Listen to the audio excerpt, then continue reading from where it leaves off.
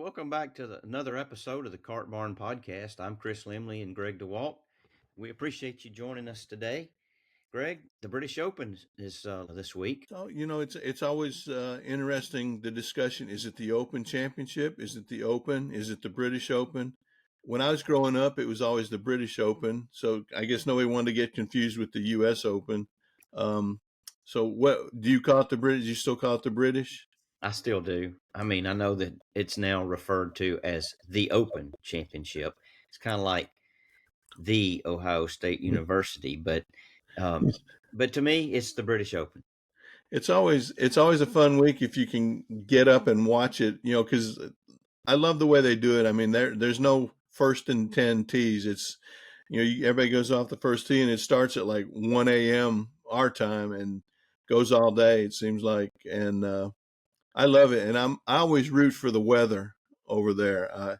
I want to see harsh conditions. I want to see it blowing and raining sideways. And like this past week, the Scottish Open was pretty benign conditions for the most part, and that's not what I want to see. When I think of the Open Championship, I think of harsh conditions. Well, they're playing this year in at Portrush. Rory and Shane Lowry. Kind of their stomping grounds. So I'm sure they're the two of the perennial favorites for this year's event. You certainly can't count out Scheffler. No, he just is so consistent. What I liked, just the Scottish Open, I listened to a lot of it. I was coming back from out of town and listened to a lot of it. And uh, one of the things I love about golf is, Chris Gotterup. I'll bet not 10% of golf fans really knew Chris Gotterup before yesterday. And he just goes toe to toe with Rory McIlroy, world's number 2. So you could argue he's number 1, but he just outplayed Rory on the back nine to win that event. And that's why world rankings to me don't mean a whole lot. It's whoever's the best that week is the best player in the world to me. And yesterday, this past 4 days, it was Chris Gotterup. Yeah, I wasn't able to watch it either. I did catch some of the highlights on Golf Channel, and yeah, he played very well. Back to across the pond, we kid every time I see him, but Shaw Pritchett, Montgomery native, he played over in the British Senior Amateur, excuse me, and had a really great first round, but he faltered a little bit on in the second round and missed the cut. But congratulations to him for qualifying and getting into the British Senior. We're gonna get Shaw on at some point, I think. I'm, he's got some stories, and I'm sure he's got some stories from going over there. So we're gonna get him on at some point. Yeah. Well, speaking of stories, this week's guest has got some very interesting stories. John Morton. He lives in Birmingham and has a golf collection memorabilia business and collects artifacts that I didn't even know existed. Yeah, he was fascinating. If you like golf history, this is going to be a treat for you. Just some of the items he showed us. You need to watch this on YouTube because he's got a couple visual aids to show some golf cards, some books, just really interesting stuff. And I'm looking forward to hearing him again. So without further ado, why don't we jump into Birmingham's John Morton? Welcome back to the Cart Barn Podcast. Today we have John Morton from Birmingham, Alabama. John, welcome to the Cart Barn. Appreciate you guys having me. John, it's a treat to get to talk to you. You've got a little business, Old Gray Tune Golf, collectibles and books, and we're looking forward to hearing some of your stories about how you obtain your collectibles and your books and how you got started in this. And then we're going to talk a little golf. So tell us a little bit about your background. I know you've been you were in the PGA business for a while, and now you've kind of settled in Birmingham. So tell us a little bit about yourself. Yeah, so my lack of accent usually gives me away as a non-native Alabamian. I'm a transplant. I was born and raised in Philadelphia, but I've been living in the South now for close to 20 years, actually. So I feel more Southern than I do Northern. But yeah, to your point, worked in the golf industry for almost a decade, was a club professional for a number of years. Moved all over the country for that, everywhere from Vermont out to Colorado, Texas, North Carolina, Florida, and most recently Alabama before leaving the golf industry for a number of years. Um, Enjoyed my time as a club pro, but it's a tough life. Club pros work hard, but as I transitioned away from being a PGA professional, uh, at that time, I started to dive a lot deeper into the history of the game. But both me leaving the industry and diving into the history of the game kind of happened simultaneously. Um, and that's really where I started to go down a number of different rabbit holes when it comes to the history of the game. Not just the books and the content, but more so the artifacts. That's what really kind of gripped me and what I gravitated more towards at the time. So that's really where my love of collectibles, memorabilia, artifacts of the game, and kind of the stories behind those and how they tie into the history of the game really fascinated me. So it's been almost 10 years now since that time, and it's been a lot of fun. As you alluded to back at the beginning of the year, I also founded a company, Old Grey Tune Golf Books and Collectibles. Old Grey Tune in the old Scottish spelling, as you guys probably recognized, in an ode to St. Andrews being known as the Old Grey Tune. I know at some of your previous stops, like I think you worked at Pinehurst for a while and TPC Sawgrass. I mean, Pinehurst is filled with history. Did that kind Yeah. of pique your interest in the history of the game? Yeah, going around the various clubs that I did work at, you named a couple of the big ones there.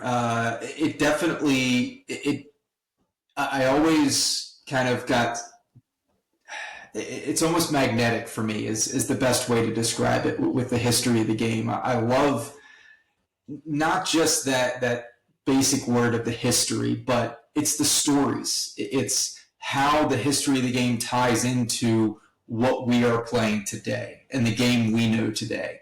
Those stories is what I really gravitate towards, and what is almost magnetic for me that I just love about the game.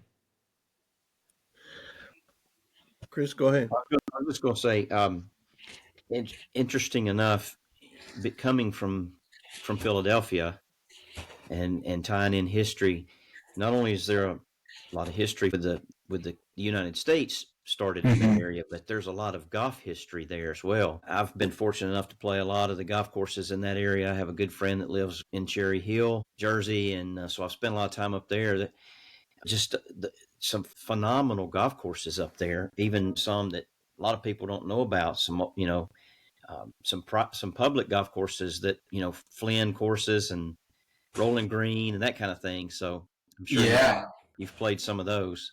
yeah, you're absolutely right, and that's growing up, I actually gravitated to early American history, so I think that's really where my love of kind of the past and the history of our country kind of sank in for me, and then that just gravitated into or evolved into, I should say, into golf history over time. But yeah, you're right. Philadelphia has an unbelievable golf history to it, and that was on display recently with the PGA Tour stopping and having a stop at Philadelphia Cricket Club, the Wissahickon course. Mm-hmm. That put Philadelphia on the spotlight, and will again next year when the PGA Championship goes back to Aronimink. So yeah, a lot of great courses, both public and private. To your point. Yeah. When you started kind of diving down the rabbit hole, when did you feel like you wanted to start acquiring artifacts and books and that, and how much have you learned in those 10 years since, I mean, you just don't show up, I guess, at a yard sale and say, oh, that looks, expensive or worth collecting. So how did that all evolve? It's, yeah, that's exactly right. It's I can tell you, none of the items in my collection were found at a yard sale. But how it started for me was it started small, both literally and figuratively. It started with golf cards, golf trading cards, but specifically early golf trading cards from before World War II. So things like cigarette cards or tobacco cards, what most people think of as T206 cards from baseball, those size cards, but for golf. There's a whole market of just pre-World War II golf cards out there. There are probably 1,000, if not more, that exist that were made back then. So it started for me with smaller dollar golf cards from that era, and that expanded into slightly bigger dollar cards and bigger dollar and bigger name individuals. And it eventually got to a point where I was fortunate to have a very extensive golf card collection that included almost every pre-World War II golf card ever made. And I realized that I wasn't appreciating in my own mindset a lot of them. So I decided to kind of diversify and got rid of probably 2/3 of the collection and started to expand with selling those into and bringing in some other collectibles, whether it's scorecards, autographs, photos, other unique items that have very, very rich history and rich stories to them. The Let's kind of get into the cards. I mean, I've got some baseball cards that I've collected over the years. How do you find them, and how valuable are some of them? Yeah, so I'd say probably a quarter of the cards that I own or have owned, I've actually found on Facebook or Twitter or X, as we talked about earlier. There's great communities on social media that share the history, share collections, and buy and sell cards of all kinds. And there's a number of Facebook groups in particular that are dedicated to golf memorabilia and golf cards as well. So quite a few have been found on there. A lot actually, the balance, a majority of what I've owned, both card-wise as well as memorabilia-wise, I've actually acquired from the UK. So I do a lot of research and do a lot of digging for obscure auction houses over in England, Ireland, Scotland, and Wales, and a majority of what I've acquired over the years has been from over there. So it's a lot of early mornings, like 3 and 4 o'clock in the morning, with the time difference, to be able to be up and be able to be on the phone or online to make sure that I'm able to acquire that item that I want to buy. What's the holy grail that you have, and what's the holy grail card that you need to get? So, Holy Grail card, I've got two for you in terms of Holy Grail cards that I'm fortunate to have. And I've got one right here, and I'll pull the other one down from my shelf in a second right behind me. The two that I have, first one here that I pulled down to be able to show you guys, I'll try to angle this with the light. It's a rookie card of Allen Robertson.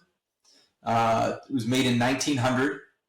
And Allen Robertson, as you guys may know, but for anybody that doesn't, was largely a mentor to old Tom Morris. Allen Robertson lived in the early to mid 1800s, and after he passed away in 1859, he was for 19 years he was known as the champion golfer in Scotland. So when he passed away, there was a void, and golfers in Scotland didn't know who would be considered or who should be considered the champion golfer.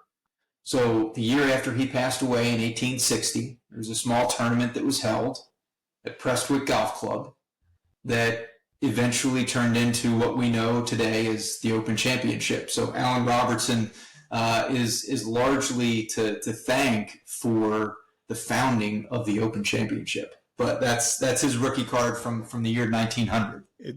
It's weird to think of something as his rookie card, Yes, as opposed to like Mickey Mantle's rookie card. Or yeah, it's a majority of golfers out there, especially World War II, pre-World War II cards.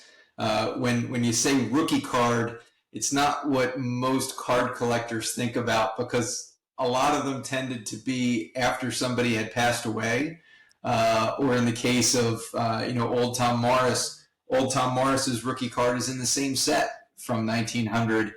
And Old Tom Morris was 79 at that time.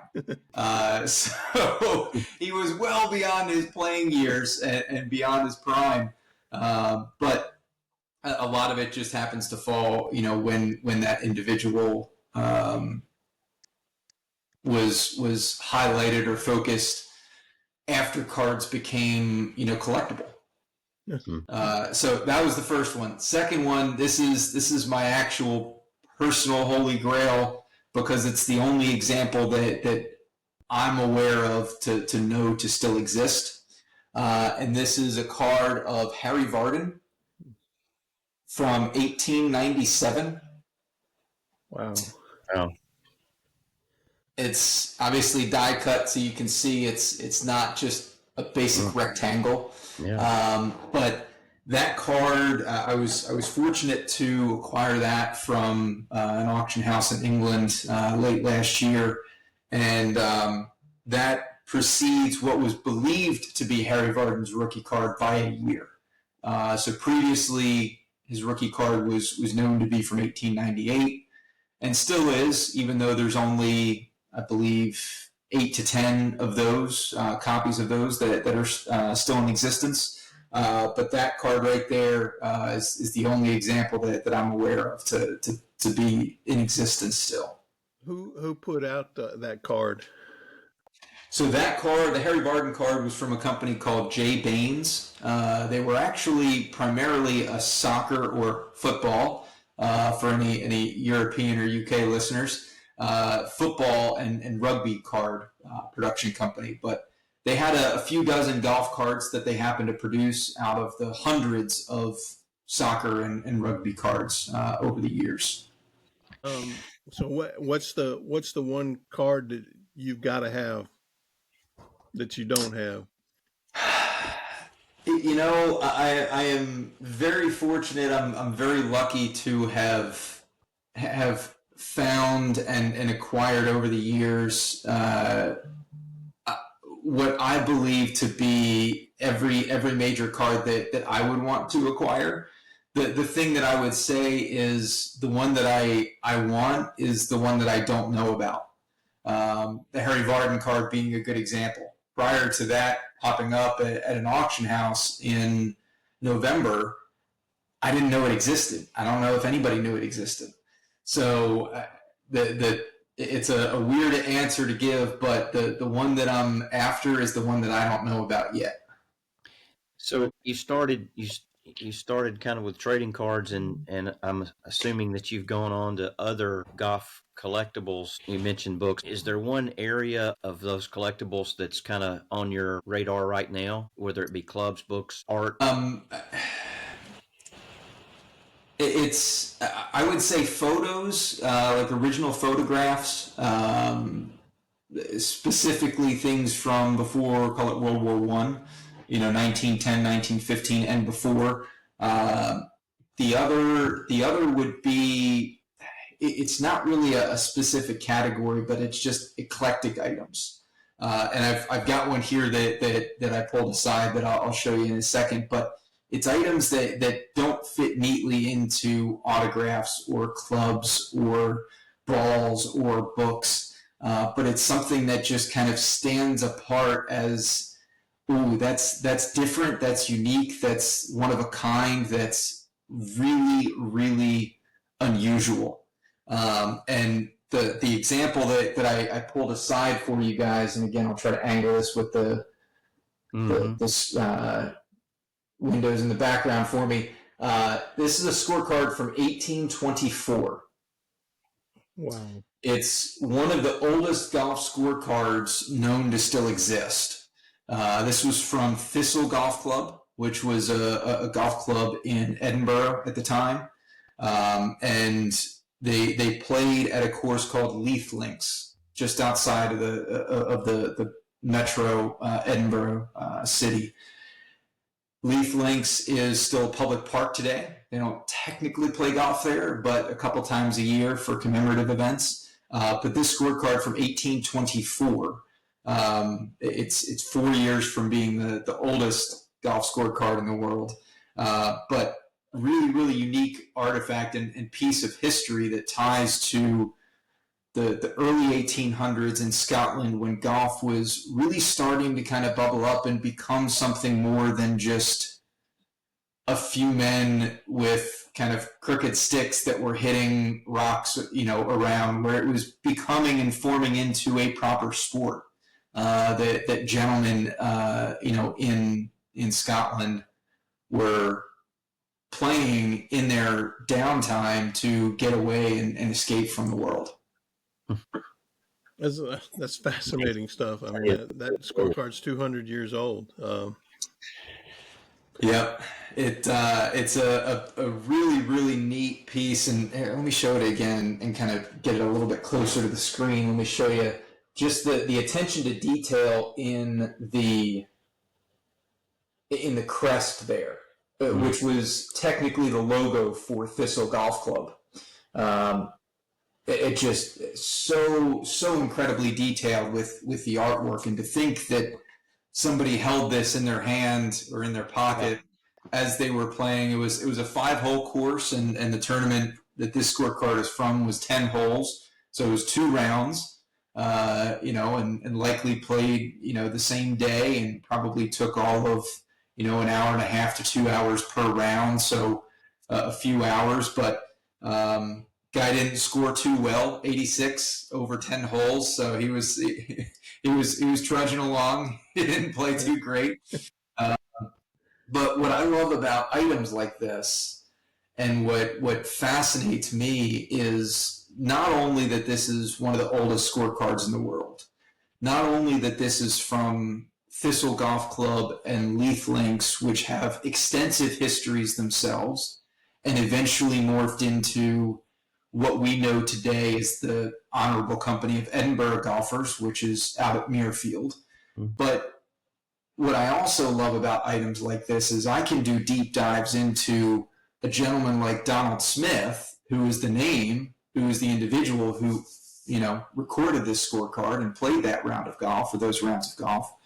And in my research, I've been able to discover that he was a pretty notable banker in Edinburgh at the time in the early 1800s. And I've found records of him in several other books and items that I own from Scotland from the early 1800s. So digging into the individuals and the lives of the individuals that these items come from is just as much fun and just as fascinating for me as the fact that it's one of the oldest scorecards in the world. Wow. I think it's interesting. You mentioned that because when we started this podcast, we had like a core group of people we wanted to make sure we documented and interviewed. And in talking with them, you hear names of other people that you don't think about, and you start diving into them, and you want to interview them, and then it just expands exponentially. Yeah, it's the spider web of the game of golf is endless, and the analogy I always like to share when it comes to how everything is connected in the game of golf, I always like to say very proudly that old Tom Morris is why I met my wife. And people hear that and they think about that and they go, that's absurd. That's somebody that lived 200 years or was born just over 200 years ago. He died in 1908. How did he, how was he responsible for meeting your wife? And well, I wouldn't be in Alabama if it wasn't for the game of golf. I wouldn't have been working in the game of golf if it wasn't for my childhood and watching guys like Tiger Woods and Phil Mickelson. Those guys wouldn't have played golf if it wasn't for individual. And like I can tie it all the way back: Jack Nicklaus and Arnold Palmer, Ben Hogan, Bobby Jones, Walter Hagen, Francis Ouimet, Harry Vardon, young Tom Morris, old Tom. Like all of these individuals have done what they've done because of somebody before them. And I never would have gotten into the game of golf if it hadn't grown in the U.S., if it hadn't grown in Alabama. So I always love thinking about all of the webs that are tied and the connections in the game of golf, because you're absolutely right. Once you start going down a rabbit hole with somebody, you find out about another name, you find out about another name, you find out about another golf course. It's endless. Really is. So how did you acquire the scorecard? And I mean, it looks to be that old to being preserved immaculately. Yeah, so it's from I had acquired this from an auction house here in the States, actually, a number of years ago. An auction house that has since been acquired by another golf auction house, but it was actually just from a golf dedicated auction house here in the United States. There's actually several of them that only deal in golf memorabilia and golf collectibles. So I was fortunate to get this from one of them. This scorecard, though, was discovered in a fairly famous discovery in the early 1990s from an individual that had this black tin in his attic. It was I believe he was a member of parliament or some notable member of society in the UK at the time. I'm drawing a blank on his name, so forgive me. But he had a black tin in his attic, and he had several dozen artifacts from Thistle Golf Club from the early 1800s. And it turns out he was a descendant of somebody who was a descendant of somebody who came from Thistle Golf Club. So all of those scorecards, a number of letters, a number of other artifacts, all from Thistle Golf Club and Leaf Links, were discovered in the 1990s, and it was just a tremendous cachet of history that all of a sudden was shared with the world. No telling what I've got in my attic, but I'm going to go look.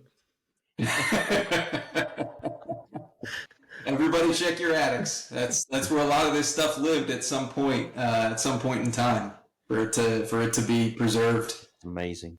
Now, do you just stay up all night looking for things in these groups, and how do you kind of decide what you want to acquire and what you may want to skip over? Yeah, so I do spend an borderline irresponsible amount of time and an inordinate amount of time researching online, but it probably amounts to a few hours a week. It might be a half hour a day that I'm spending scrolling through my phone, or I've got a number of Google alerts that kind of keep me apprised of when certain phrases and certain words are popping up. So it varies, but when it comes to what I want to acquire and what piques my interest, over the last year to 2 years, most of what I've been targeting is things from the 1800s or prior. Haven't picked up anything yet from the 16 or 1700s, but I do have my eye on a few things. But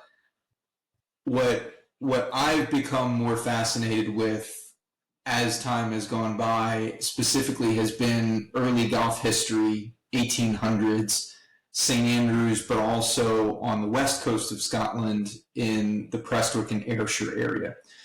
So most of what I look after and look for at this point is things that are tied to some of the earliest origins of the game in Scottish golf. How we mentioned finding the scorecard in a tin in a guy's an attic. How it doesn't seem like that happens as much anymore. And I think in the era of Google, people realize maybe what they've got more than what they did in the past. Yeah, that's a really good point. And I would actually say that though a lot of, sorry, my dog's barking in the background, though a lot of fascinating artifacts in history of the game have been discovered, you never know when more is about to be uncovered. And case in point, here in 2025, back towards the beginning of the year, one of those golf dedicated auction houses, Golden Age Golf Auctions, was contacted by a number of individuals that happened to be descendants of old Tom Morris. And they don't know anything about the game of golf. They don't have anything to do with the game of golf. They didn't really know old Tom's history and his significance in the game of golf. But they contacted Golden Age because they had a number of, and that's putting it politely, a number of items in their attic that they were willing to auction off. And it ended up being this huge auction for Golden Age because it brought to light artifacts that literally hadn't seen the light of day, or the game of golf hadn't known about them for 120 plus years. One of the biggest items in that find, if you want to call it a find, even though the descendants reached out to Golden Age, one of the biggest items happened to be a photo album that contained the first two verified photos of young Tom Morris's wife. No verified photos had ever been identified of his wife prior to this photo album this year being discovered. So though a lot of the big finds of the 1990s, 1980s, and earlier in the 1900s may have revealed and opened up a lot of the history of the game, there's no telling what else is out there, and that's what's so exciting. Is there's always going to be more that's found. Is there are a lot of those finds in the UK and Scotland as opposed to finding stuff like that from in the US? Yeah, I'd say 99% of them, just using an irrational figure, are in the UK, because the individuals that own those items handed them down to individuals that stayed in the UK throughout the course of history. So vast majority of them are found there. The only time that I've found that collections or major artifacts are coming from the US is when they're already part of a noted golf collection that is for some reason being dispersed out and sold. So does that mean do you make some pilgrimages over there to not just make purchases, but just to scour places for memorabilia like that?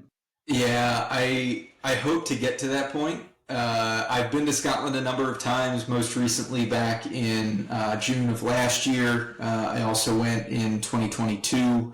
My wife and I are going again in August, and yes, we have another trip planned in 2026 already. Most of our time, though, is spent just as a traditional American vacation, going to play golf. But I do.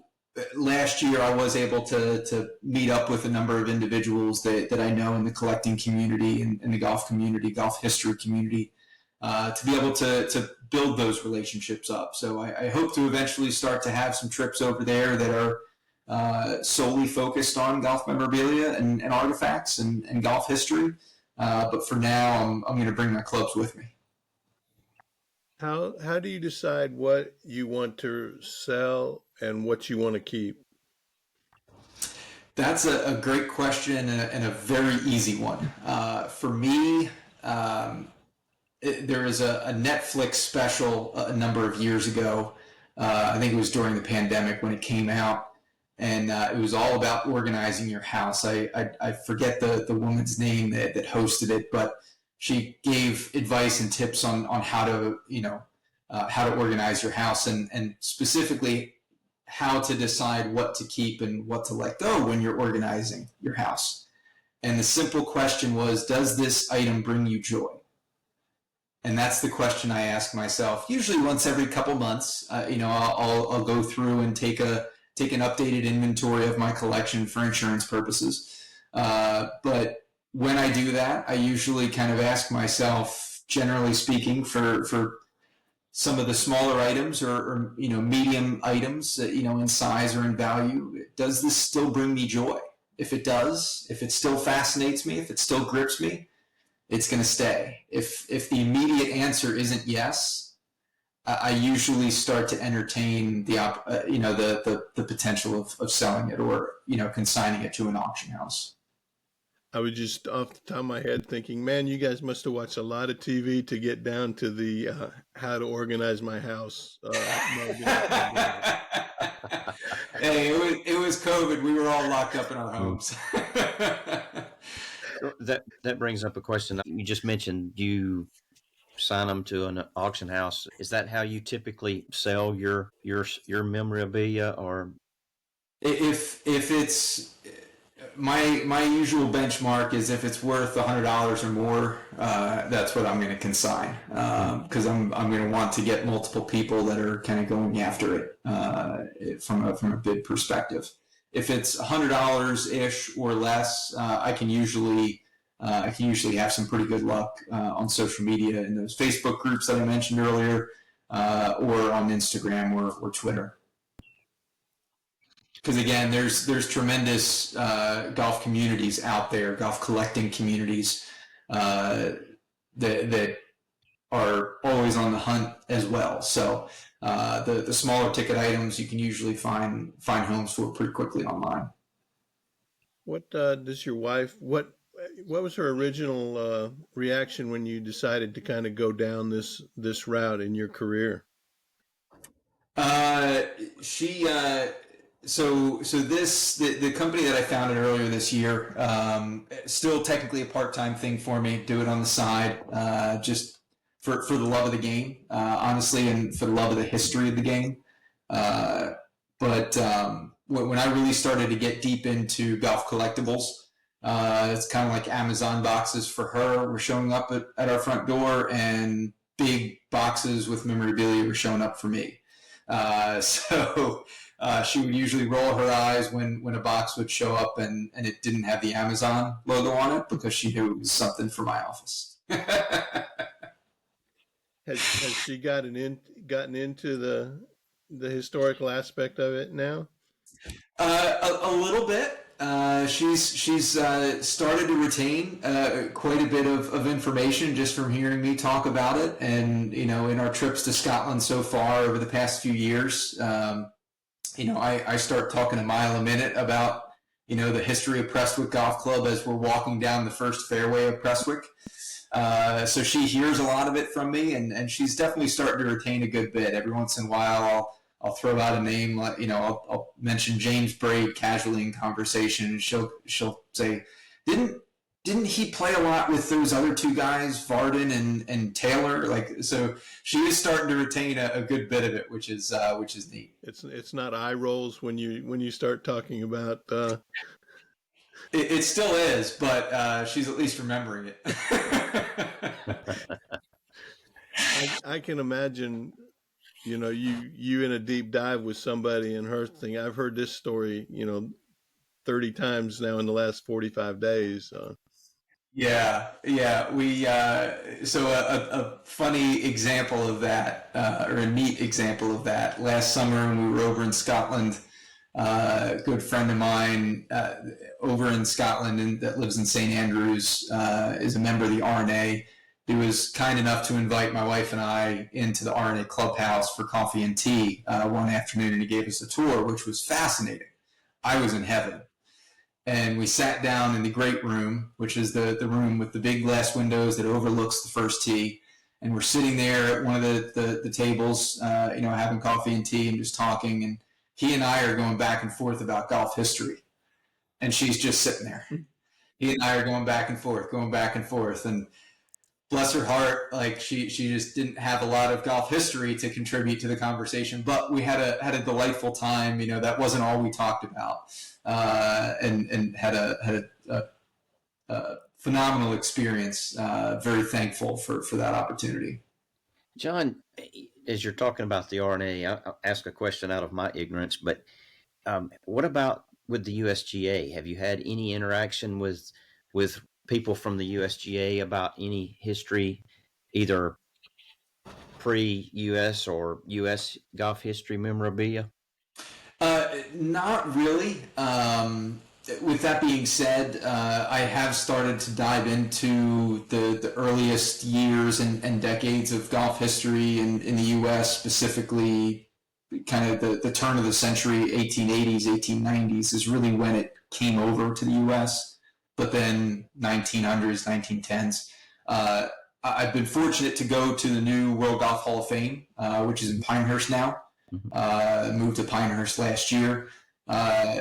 Was able to go to that back in October of 2024, and that was a fascinating experience. I'm hoping and would very much like to be able to engage with the USGA a lot more here as it relates to the earliest days of the history of the game.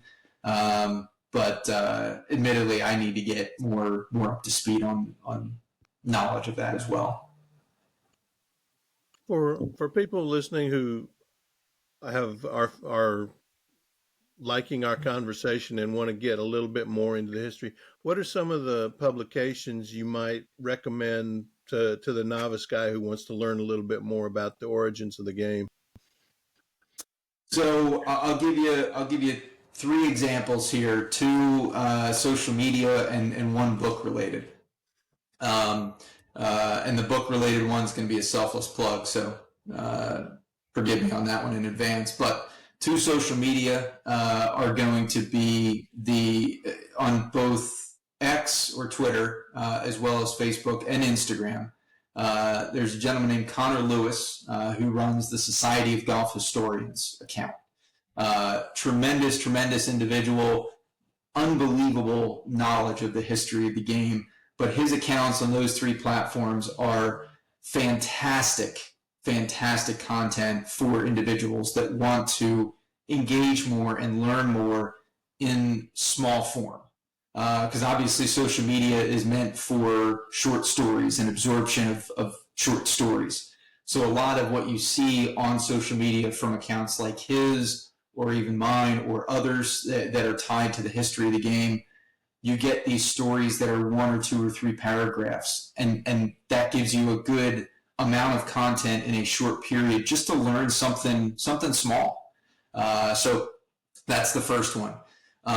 The second one on also social media, and specifically Facebook, is there's a number of Facebook groups, Society of Golf Historians being one from Connor, but there's a number of other golf history groups or golf collectible groups that I would encourage folks to join. There's two different golf memorabilia Facebook groups that are all about engaging, sharing stories, buying and selling as well, of all kinds of golf history, modern and antique.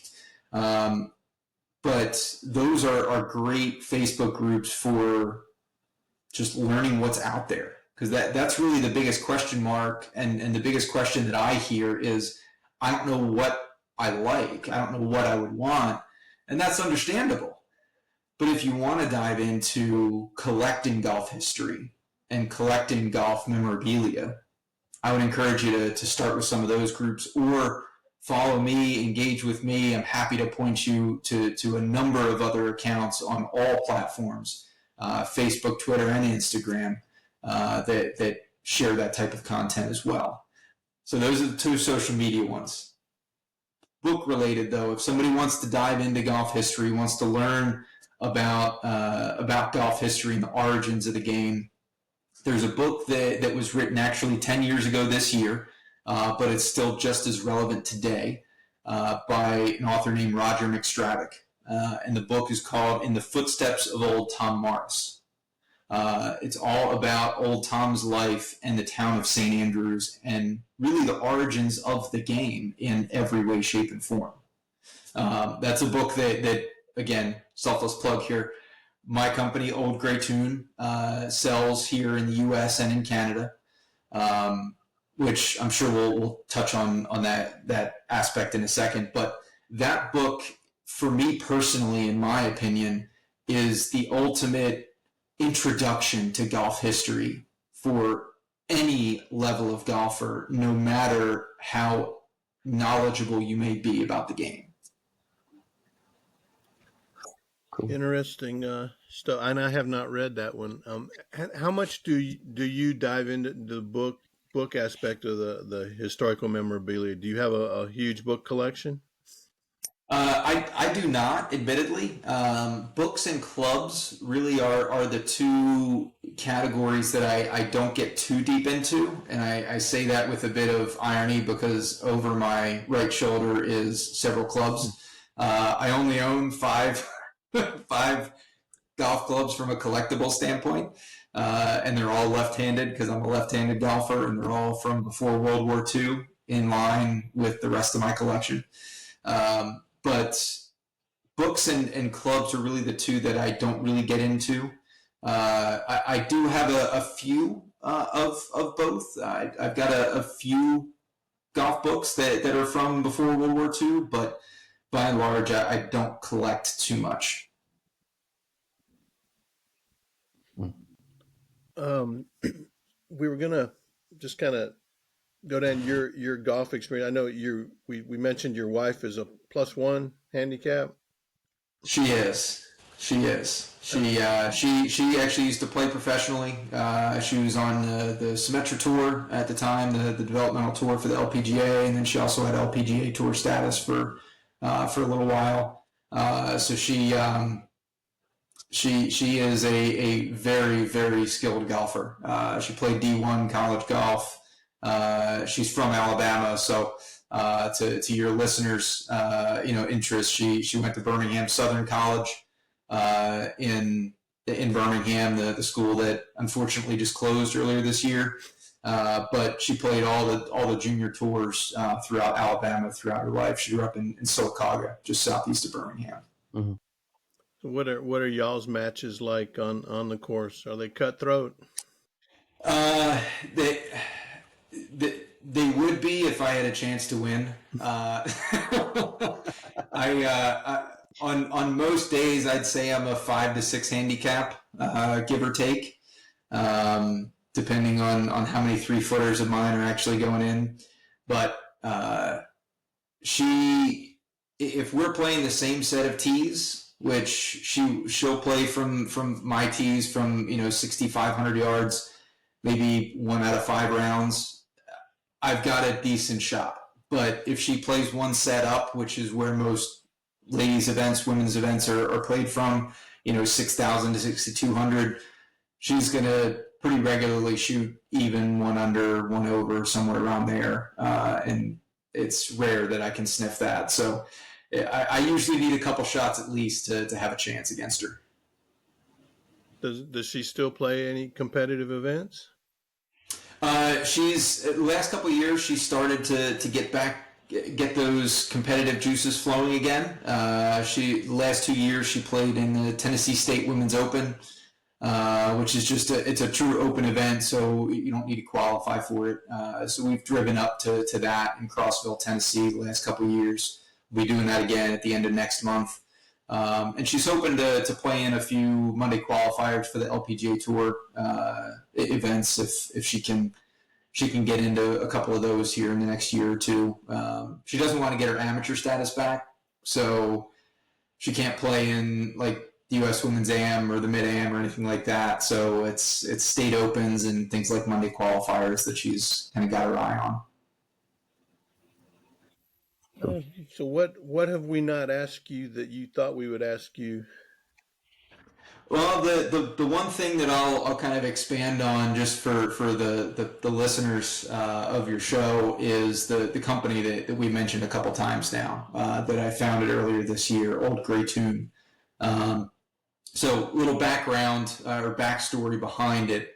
It's a book and collectible distribution company essentially. So what I specifically focus on is authors from overseas and being able to get them access to the American market. And at the same time, get Americans like us access to these books that otherwise we either wouldn't have access to or shipping costs would be a prohibiting factor for us. A good example of that is Roger McStravick's In the Footsteps of Old Tom Morris book. My personal copy of that I've owned for 4 or 5 years now. And when I bought that a number of years ago, the book itself was about $75, give or take, but shipping was almost that much as well because I had to buy it from the UK. So shipping for a book that's 4 or 5 pounds that's a little bit bigger of a book is a lot of money. So that's why I founded Old Gray Tune, to be able to bring those books over in bulk so that I can be able to get Americans access to them at a much, much lower cost. So the book still costs the same now, in the footsteps of Old Tom Morris, but instead of $60 or $70 for shipping, it's, I think, $12.99 that I charge or something like that. So it's able to really expand the market for authors from the UK, from Europe. I'm even talking with an author in Australia right now about possible partnership with, but being able to bring those books to the US and to Canada. So In the Footsteps was one of those books. Roger McStravick, gentleman that I've got to know really well and become good friends with. I'm now the sole distributor for North America for all of his books, and he's written about 10 books in his life, all about golf history. So that's really kind of where the idea was born out of, and it's all in an effort to, again, it's not something I'm doing full time. It's something that I'm doing to help share the history of the game, to help other authors, expand their market, but help spread the history and the great stories of this game that we all love. That's good. If you were not going to live in Birmingham, if you were going to move to Scotland or the UK, would it be St Andrews? Would it be Glasgow? I actually I just had somebody ask me this recently on social media, and it actually wouldn't be St Andrews. I would want to live over on the West Coast, over in Ayrshire, the Ayrshire area, which is where Prestwick and Royal Troon and Turnberry are. The kind of founding of the Open Championship is something that is, I talked earlier about the magnetic feeling of me with the history of the game. I have a similar feeling about the founding of the Open Championship. And the Open obviously began at Prestwick Golf Club in 1860. Old Tom Morris moved to Prestwick from St Andrews 9 years prior to that. But that era of golf history is just really, really fascinating for me right now. I'm in the early research stages of possibly even writing a book about it. So if I were to live in Scotland, it would be in the Prestwick or Troon or kind of just general Ayrshire area. And you mentioned you're going back in August, I think. Is that when you're going to spend most of your time on the Isle of Arran? Yeah, gonna spend 3 days in St. Andrews. Then we're going over off the west coast, the Isle of Arran. Arran is how you spell it for anybody interested in looking it up.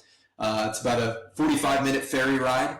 So you drive your rental car, right onto the ferry, and 45 minutes later you're driving onto the island.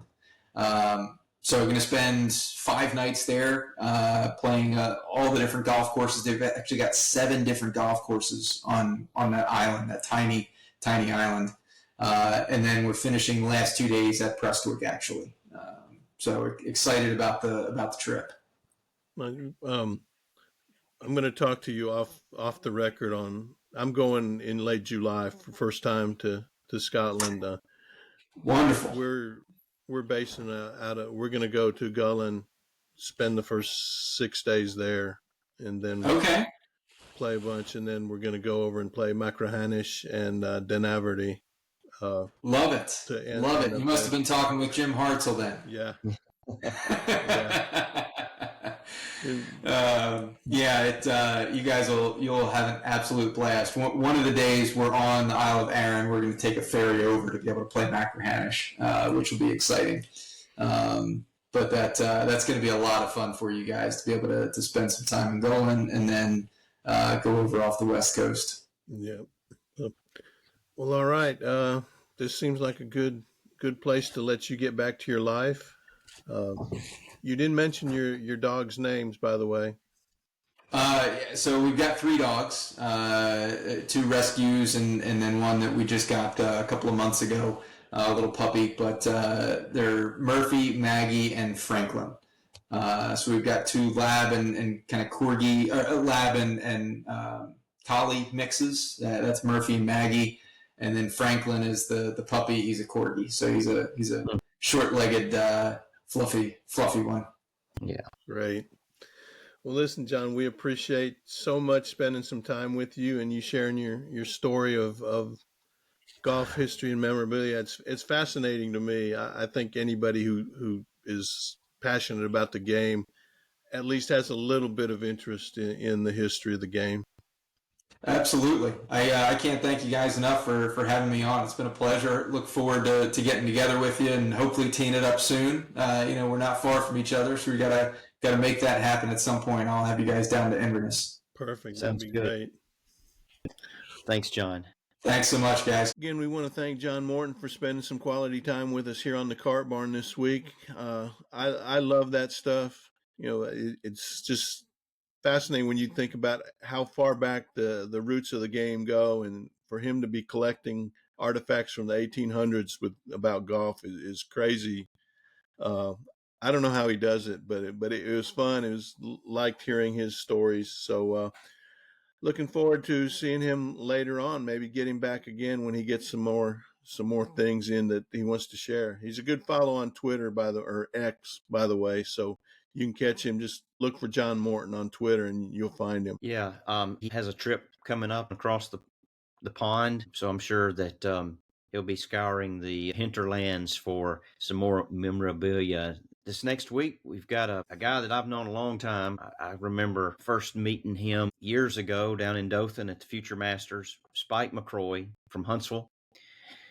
Spike played at Grissom, went on to the University of Alabama, and then has had a very successful career playing Hooters Tour, Korn Ferry Tour. It was Nike back then, and the PGA Tour, and a little bit on the Senior Champions Tour. I think everyone's going to enjoy next week's guest, Spike McCroy. Some good stories, and we really didn't even get into everything that we wanted to cover, but he has agreed that he'd come back on. So looking forward to having Spike on next week.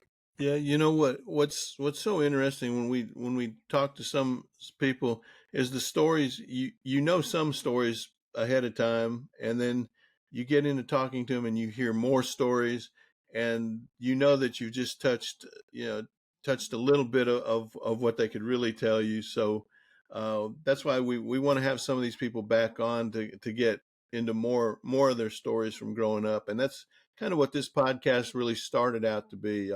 Just stories about golf in Alabama and the people who have kind of formed the game. the path forward in the state. So we definitely need to have Spike back on. Yeah. Well, thanks again for joining us.